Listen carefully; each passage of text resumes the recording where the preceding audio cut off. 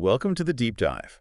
Today we're really getting into the weeds of thoracic and thoracoabdominal aortic issues. That's right. We're focusing on section 11 of Rutherford's chapters 78 through 84. Right, the whole section on aneurysms and dissections in the chest and abdomen. And our goal here is basically to pull out the absolute must-knows for you, the practicing vascular surgeon. Kind of like creating a quick reference guide straight from the source. Exactly. Turning dense chapters into something more like a practical instruction manual. It covers everything from why these happen to how we fix them, open and endo. Okay, let's jump in. Chapter 78, the overview of thoracic aortic disease. What are the key takeaways here? Well, the big thing Chapter 78 highlights is that, unlike infrarenal AAAs, the main culprit for TAAs and TAAs is often this medial degeneration. So less about standard atherosclerosis, more about the aortic wall itself weakening. Precisely. You see disruption, loss of elastic fibers, more proteoglycans getting deposited. Atherosclerosis can be there, but it's often not the primary driver like we see below the kidneys. Interesting. What else causes these thoracic aneurysms? You've got the acute aortic syndromes, dissection, intramural hematoma, penetrating ulcers.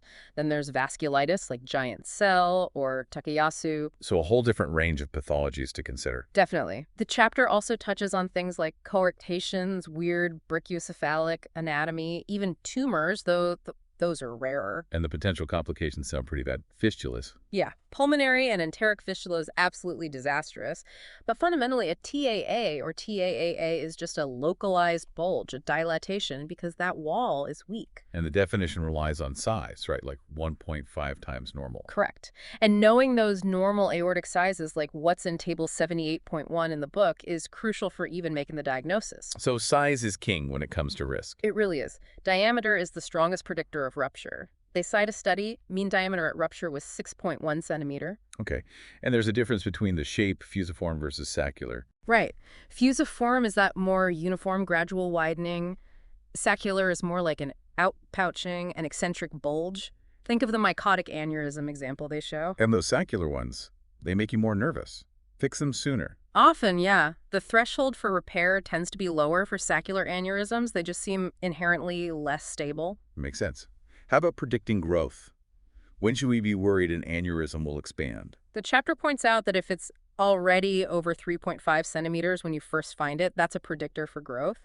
One study showed about 28% needed repair within a couple of years. Any protective factors? Interestingly, yes. If there's a dissection and the false lumen thrombosis, that seems to slow down or stop further expansion. And genetics play a role, especially Marfan syndrome. Absolutely. Marfan's is the big one. You almost always see aortic root dilation, ascending aneurysm, and a high risk of dissection. And these patients often need repeat surgeries. What are the biggest risk factors for rupture distilled down?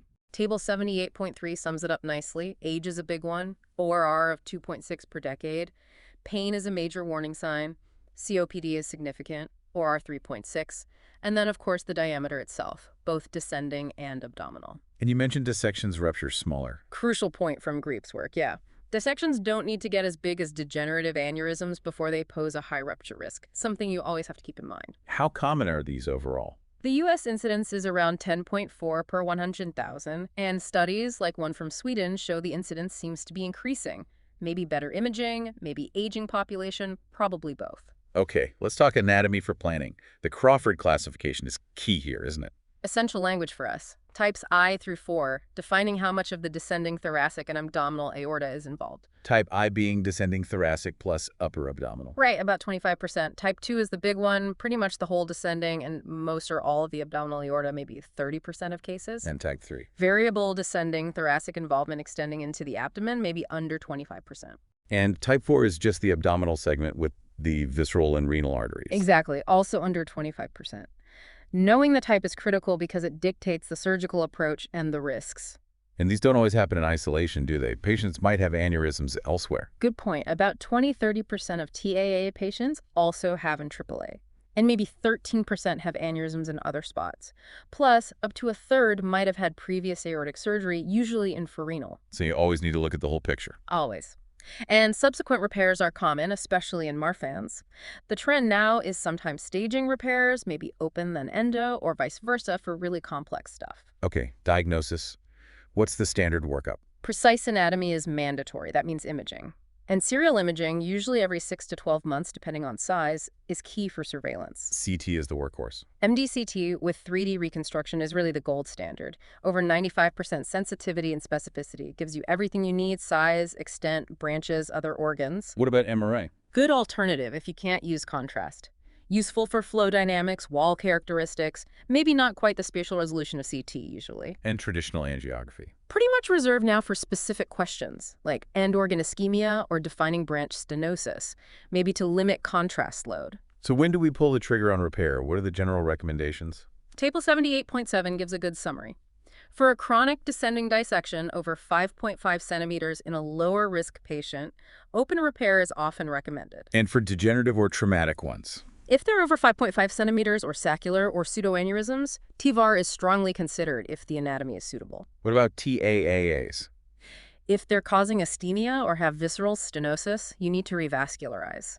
For elective TAAs, especially if endo options are limited and surgery is high risk, the threshold is often around 6.0 centimeters, maybe less in connective tissue disease. It sounds like the size criteria for TAAs are a bit fuzzier than for infrarenal AAAs. They are. We lack that high-level evidence. You have to consider body size, maybe use ratios like twice the normal adjacent diameter. Some suggest 5.2 to 5.6 centimeters, others maybe closer to 6 centimeters. It's more nuanced. And preoperative prep. Anything specific for these big cases? Hydration is key. Avoid nephrotoxins. For complex repairs, possibly needing visceral bypass, admitting beforehand for bowel prep might be considered. The idea is reducing bacterial translocation if there's gut ischemia during the clamp. Functional status seems critical too. Absolutely. Poor functional status predicts worse outcomes. Repair improves survival, but studies show physical quality of life might take a hit after TAA repair, though age itself shouldn't be an absolute contraindication for elective surgery. But yeah, 1-year survival after open TAA does drop with age. Okay, that's a great overview from Chapter 78. Let's move to Chapter 79, the nitty-gritty of open surgical treatment. Why is this still considered such a major challenge? Well, it's inherently demanding. Reattaching all those critical branch vessels, renals, viscerals, sometimes intercostals, is technically complex. And the physiologic stress on the patient must be immense. Huge. You're worried about stroke, kidney failure, major cardiac and pulmonary hits, and of course, paraplegia. Crawford made incredible progress, but complication rates can still be high, especially outside high-volume centers. The chapter mentions using observed to expected ratios for paraplegia. Yeah, they developed predictive models based on aneurysm extent, acuity, dissection status. It helps benchmark outcomes and track improvements over time. So understanding the underlying pathology is key to the surgical approach. Definitely. A degenerative aneurysm in an older smoker with lots of calcium is different from a Marfan patient's aorta. Trauma, infection, vasculitis, they all need tailored approaches. And the indication for open repair is still that 6-centimeter threshold generally. Around 6 centimeters is the usual starting point for discussion, but it's highly individualized. You're balancing that rupture risk against the significant operative risk. Patient age, comorbidities, their preferences, it all factors in. The preoperative evaluation has to be exhaustive. No question. Full cardiac, pulmonary, renal workup. Assessing their overall fitness. And the imaging needs to be meticulous CTA, maybe MRI, 4D MRA for flow dynamics, planning every detail. And informed consent must cover some serious potential downsides. Absolutely. Paraplegia, stroke, dialysis, ventilator dependence. Patients need to understand the potential impact on their functional status. We're definitely more selective with older, frailer patients for open repair. What about perfusion strategies during the operation?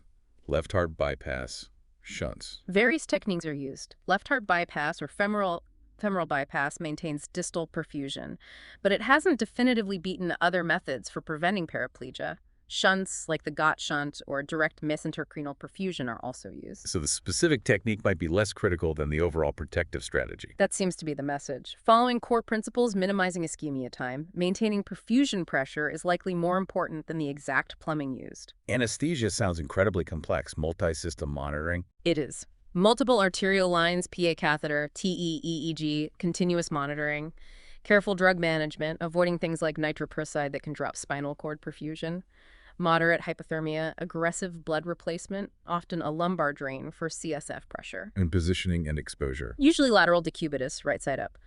Thoracoabdominal incision tailored to the aneurysm extent, careful retroperitoneal dissection, diaphragm division, Getting proximal control high up near the arch can be tricky, especially with dissections or anomalies. Okay, the repair itself. Clamping, reattachment, walk us through the key steps. After heparinization, you clamp proximally and distally. Maintain MAP above 100 during the clamp if possible. For TAAs, you selectively reattach key intercostals, usually T8 to L2, using a button technique on the graft. And the visceral and renal arteries. Expose their origins, often using Fogarty balloons for temporary control, then reattach them to the graft using patches like a Carroll patch or sometimes direct anastomosis. Distal anastomosis is usually at the bifurcation. Paraplegia prevention. The focus has shifted, hasn't it? Less on just sewing back intercostals. Right. We realized reattaching intercostals wasn't the whole story. It's more about physiology, maintaining collateral perfusion pressure to the cord, optimizing oxygen delivery, maybe enhancing ischemic tolerance, things like MAP, spinal fluid pressure, cardiac index, avoiding severe anemia. These seem more critical. Pulmonary complications are common after this surgery. Very common. Prolonged ventilation, pneumonia, high tracheostomy rates too. Risk factors are the usual suspects: smoking, COPD, age. The incision itself impacts lung function significantly. Post-op pulmonary issues drive morbidity and mortality. What's the mortality picture now? Database average around 9.3% for elective repair, much higher if it's acute. Acute pathology and developing paraplegia are major drivers of mortality. Rates have improved, partly due to better paraplegia prevention and maybe better patient selection or centralization of care. And renal function. Critically important. Pre-existing renal dysfunction is a major risk factor for death and complications. Post-op dialysis carries a very high mortality. Preserving kidney function is paramount. Long-term survival. Reduced compared to the general population. There's that initial hit post-operatively, and while elective patients do better than acute ones, their long-term survival curve is lower than expected. Okay, let's switch to Chapter 80, Endovascular Repair, T-VAR. This has really taken off. Hugely. Since FDA approval in 2005, it's become standard for many descending thoracic aortic issues. The SVS guidelines reflect that. So when is T-VAR the go-to? Indications often mirror open. Descending aneurysms 5.5 centimeters or bigger, or growing fast, like 5 millimeters a year, maybe 6 centimeters if the patient is high surgical risk. Also considered for smaller diameters if they're saccular, symptomatic, or in connective tissue disorders like Marfan's or Loeys-Dietz. Those need intervention sooner. Generally, yes. Marfan maybe at 50 millimeter Loeys-Dietz, maybe even 40, 50 millimeters because they can progress rapidly. And if it's inflammatory, you want the inflammation quiet first. Several devices available: Gortag, Medtronic Valiant, Cook Zenith, Durumo Relay. Any major differences surgeons need to track? They have different features, delivery systems, maybe slight differences in trial results for things like spinal cord ischemia or endoleak rates, which Table 80.1 summarizes. You need to know the specifics of the device you're using and stay aware of things like recalls. Planning sounds absolutely crucial for T-VAR. Meticulous planning is everything. You need that high-res CTA, neck to femorals, then 3D centerline reconstructions to precisely measure diameters, lengths, angles, and pick your landing zones. Those landing zones near the arch zone, too, covering the left subclavian, that's common. Very common, yeah. Right. Happens in over 20% of cases in some trials. Usually it's tolerated because of collateral flow, but routine LSA coverage isn't encouraged because of potential brainstem or spinal cord perfusion issues. So do you need to revascularize the LSA routinely? The thinking has evolved. Early on, many did preemptive bypasses. But observational studies and meta-analyses didn't consistently show a benefit in reducing stroke or SCI. The current guidelines say preserve LSA flow if possible, but routine revascularization isn't mandated if coverage is necessary. What if you need to land even more proximally in zone 0 or 1? How do you manage the arch branches? That requires debranching. Options include branched T-VAR devices, often investigational, hybrid approaches with surgical bypasses followed by T-VAR, open surgical debranching, or endo techniques like chimney or snorkel grafts placed parallel to the main graft into the branches. The goal being to extend the landing zone while keeping the brain and arms perfused. Exactly, and preventing type I endoleaks. Innominate artery involvement is the toughest, often needing open arch surgery or enrollment in branched graft trials. Walk us through the T-VAR procedure itself. Usually general anesthesia. Arterial line central access, maybe HARA, come ETE, consider a lumbar drain for SCI risk. Access is typically femoral, sometimes iliac conduits needed, or brachial-axillary access. Large sheaths, systemic heparin, deploy the graft, proximal then distal, balloon for sealing, completion angiogram, closure. Any extra pre-op workup specific to T-VAR? Beyond standard stuff, maybe a TTE if there's heart failure symptoms, carotid duplex, PFTs, prophylactic antibiotics, careful attention to renal protection, hydration, limit contrast, avoid nephrotoxins, plan for conduits if needed. Preemptive SMA stenting if covering the celiac origin with significant SMA stenosis. What about things done during the procedure itself, adjuncts? Spinal drain, as mentioned, sometimes proximal or distal balloon occlusion to manage flow or pressure during deployment. Protamine reversal, always intra-op angiography. Some use CO2 flushing to minimize air embolism risk. Post-op care and follow-up. ICU initially. BP control, pain management, closed neurochecks for SCI, anticoagulation antiplatelets depending on the device and patient factors, monitor renal function, early mobilization, urgent MRI if SCI is suspected. And long-term surveillance. Crucial. Typically CTA at 1 month. If that's good, then annual CTA for life is the guideline. MRA is an alternative. Need to watch for endoleaks, type I or line, need prompt treatment, stable type 2, often just surveillance. Also monitor sac size and device integrity. How do T-VAR outcomes stack up against open repair perioperatively? With current devices, 30-day mortality is generally lower for T-VAR, often in the 1–2% range compared to maybe 7% or more for open TAA repair, especially electively. Meta-analyses support lower operative mortality and neuro complications with T-VAR for descending pathology. And longer term, say 5 years out. 1-year aneurysm-related survival seems better with T-VAR. Beyond that, all-cause survival at 5 years looks pretty similar between T-VAR and open groups in the major trials. Maybe less encouraging long-term results in very high-risk patient subsets, though. What are the main complications we worry about with T-VAR? Endoleaks are the most common, type I through 5E. Spinal cord ischemia, though less common than open, is still a risk, sometimes delayed. Strokeatia, access site issues, rare but serious things like retrograde type A dissection, device issues like migration, fracture, infection, aortoesophageal fistula, and renal failure. Let's focus on SCI after T-VAR. What increases the risk? Prior infrarenal repair, extensive aortic coverage, renal insufficiency, intra-op hypotension, covering the hypogastrics, or an unrevascularized LSA. Eurostar specifically linked LSA coverage without bypass to SCI. How do we try to prevent it? Preserve LSA and hypogastric flow when possible. Limit sheath time. Maintain MAP. Use spinal drains in high-risk cases. Some protocols involve hypothermia, specific meds like naloxone, steroids. Newer device studies report fairly low SCI rates, thankfully. Do patients often need secondary procedures after T-VAR? Reinterventions happen, often endovascular, usually for endoleaks, especially type I. Long-term studies suggest maybe a slightly higher reintervention rate after T-VAR compared to open, but the T-VAR reinterventions are mostly endo, while open reinterventions might be for wounds or tracts. Conversions to open are rare. Okay, Chapter 82 moves into really advanced territory. Fenestrated and branched endografts, FBVAR. This tackles aneurysms involving visceral or arch branches, right? Exactly. FBVAR lets us treat complex aneurysms extending into the visceral segment or arch using endovascular grafts with holes, fenestrations, or built-in conduits, branches, to preserve flow to critical arteries. Started for short neck infrarenal AAAs. That's right, with renal fenestrations.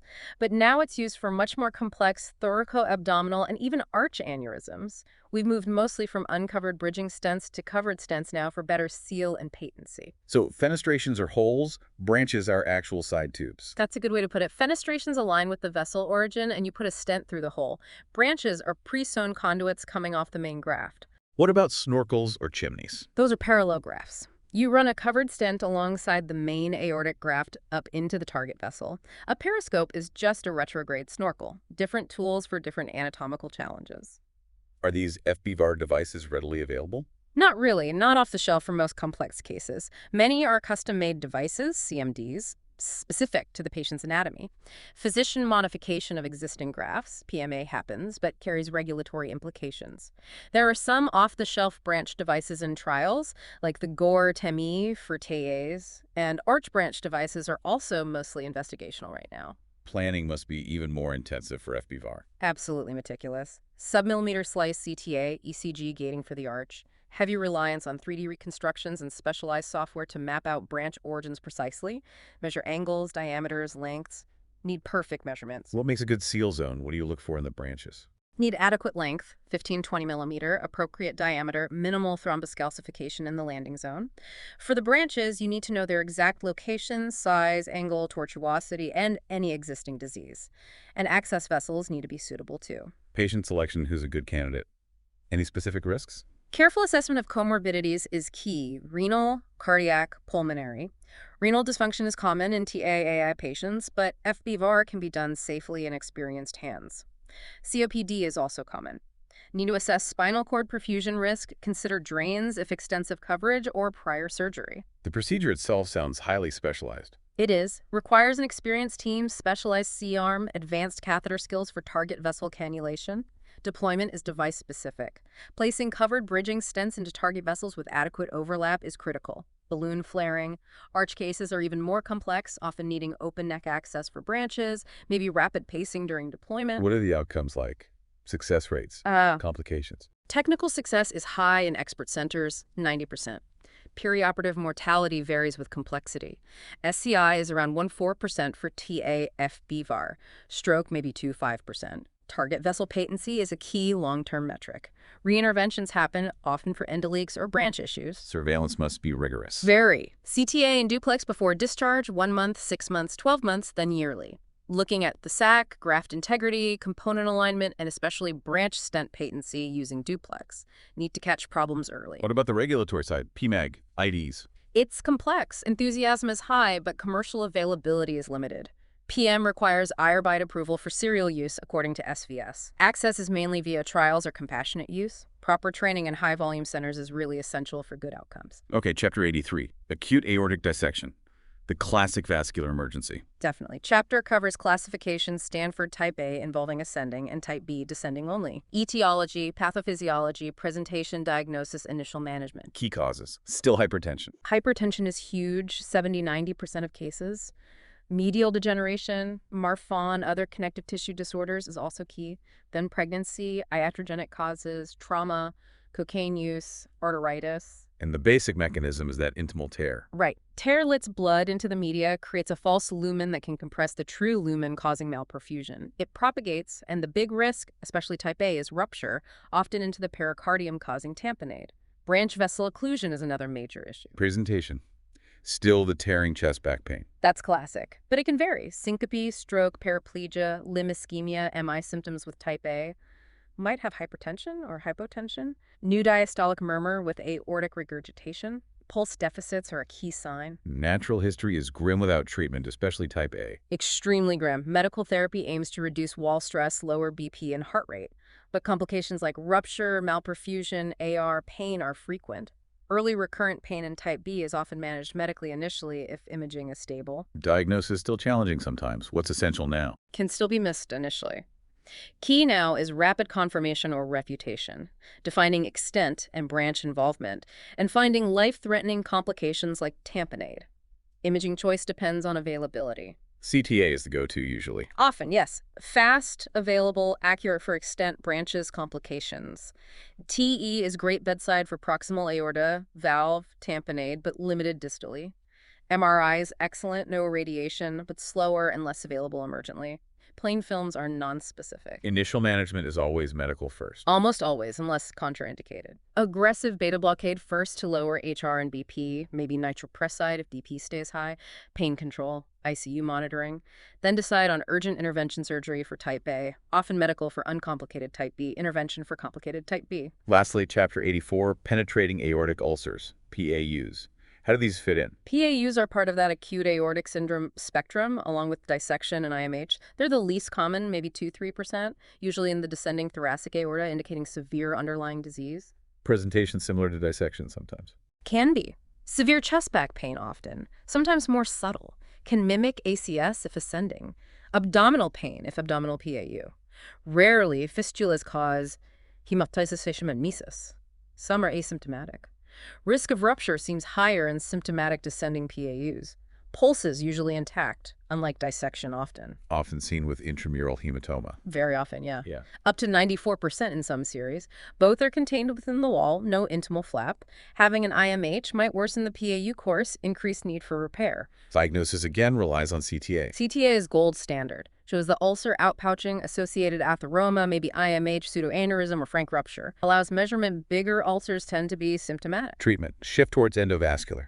Definitely for descending thoracic PAUs. Open repair has high morbidity mortality, so it's now mostly limited to ascending arch PAUs. T-VAR is increasingly used for descending PAUs, with multiple series showing good technical success and lower mortality than open. Any special considerations for T-VAR and PAs? Need good seal zones. LSA management if landing in zone 2 is similar to aneurysm treatment. Branch fenestrated grafts are options for arch or visceral PAUs, but complex and limited availability. Hybrid branching is another strategy. Concomitant IMH can sometimes affect the seal. Post-op and follow-up similar to other T-VAR. Pretty much. Follow-up CTA to confirm ulcer regression thrombosis. Standard T-VAR surveillance protocol 1, 6, 12 months, then yearly CTAs. Symptoms usually resolve after successful repair. So PAUs are often in diseased aortas, diagnosed with CTA, and increasingly treated with T-VAR for descending pathology, with good results generally. Well, this run-through of Rutherford Section 11 really does feel like we've distilled a practical guide from those chapters. Yeah, we've covered the spectrum, the why, the how, the imaging, the open versus endo nuances for TAAAs, dissections, and PAUs. Key things that stand out are definitely the evolution in thinking about paraplegia prevention, the huge expansion of T-VAR, and now FBVAR for complex cases. And just understanding the specific challenges posed by dissections and PAUs compared to standard degenerative aneurysms. It highlights how dynamic this field is, with continuous advancements aimed at improving patient outcomes. Absolutely. And while this was a deep dive, the original chapters in Rutherford's have even more detail for those who want to explore further. Definitely encourage you to keep reading and stay updated. So thinking about your own practice and experience, what aspects of managing TAAs or dissections do you find the most challenging right now, or where do you see the most rapid change happening? Something to ponder. Thanks for joining us on the Deep Dive.